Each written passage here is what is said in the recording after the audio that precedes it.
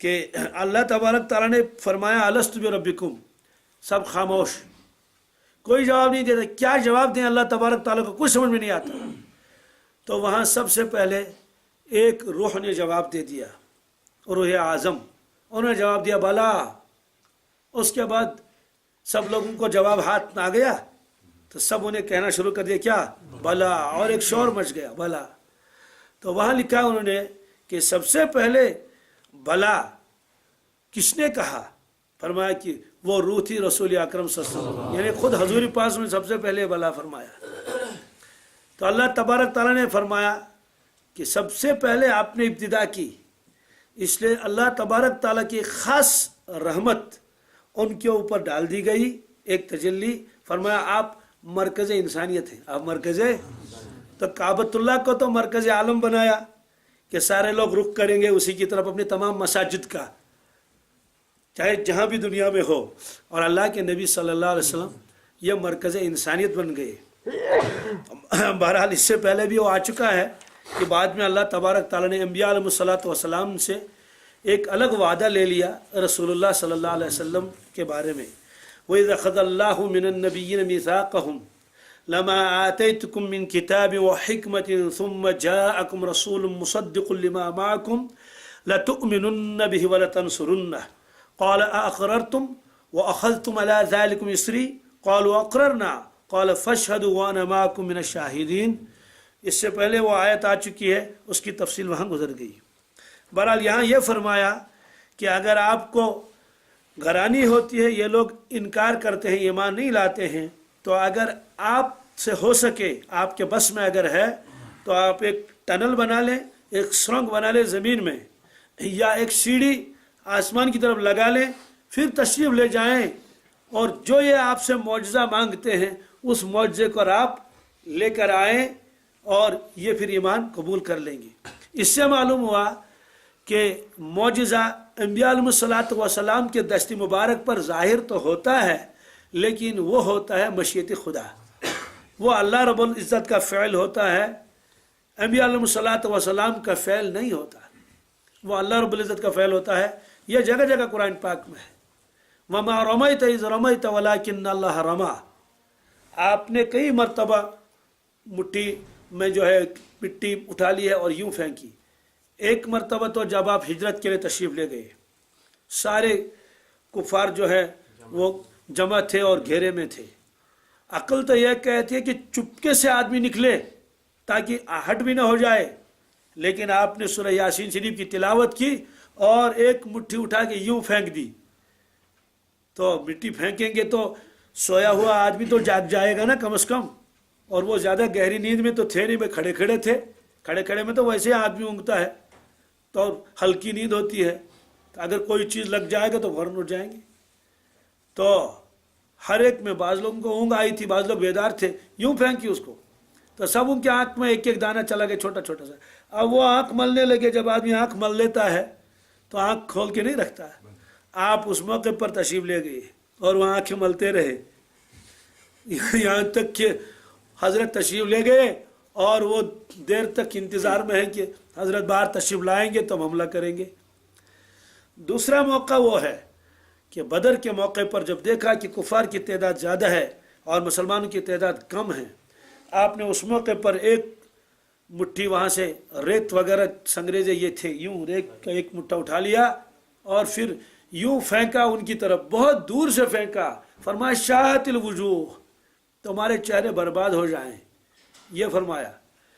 تو ہوا کیا، وہ جو یوں پھینکا، جنگ کے موقع پر ابھی جنگ شروع ہونے والی ہے، بالکل ہونے جا رہی ہے، تو ہر ایک کے دونوں آنکھوں میں ایک ایک دانہ اس میں سے گرد و غبار کا لگ گیا. تو کافر یہ لوگ یوں یوں کرنے لگے. اب کس کو کیا معلوم ہے کس کس کے آنکھ میں یہ لگ گیا ہے. ہر شخص سوچتا تھا کہ شاید صرف میرے ہی آنکھ میں یہ آ گیا ہے. تو سب لوگ یوں یوں کرنے لگے. ظاہر سی بات ہے جنگ میں کوئی آنکھیں بند کرے اور یوں یوں کر لے تو دشمن چھوڑے گا. اس موقع پر جو حملہ کیا صحابہ کرام نے بہت زور کا، تو ظاہر سی بات ہے وہ تو یوں ہی کرتے رہے اور صحابہ کرام پر حملہ کر دیا بدر میں. تو اس طرح سے جو یہ معجزہ ہوتا ہے، یہ فعل ہوتا ہے اللہ تبارک تعالیٰ کا، البتہ ظاہر ہوتا ہے انبیاء علیہ الصلوۃ والسلام کے دست مبارک. یہی حال ہے کرامت کا. کس کا؟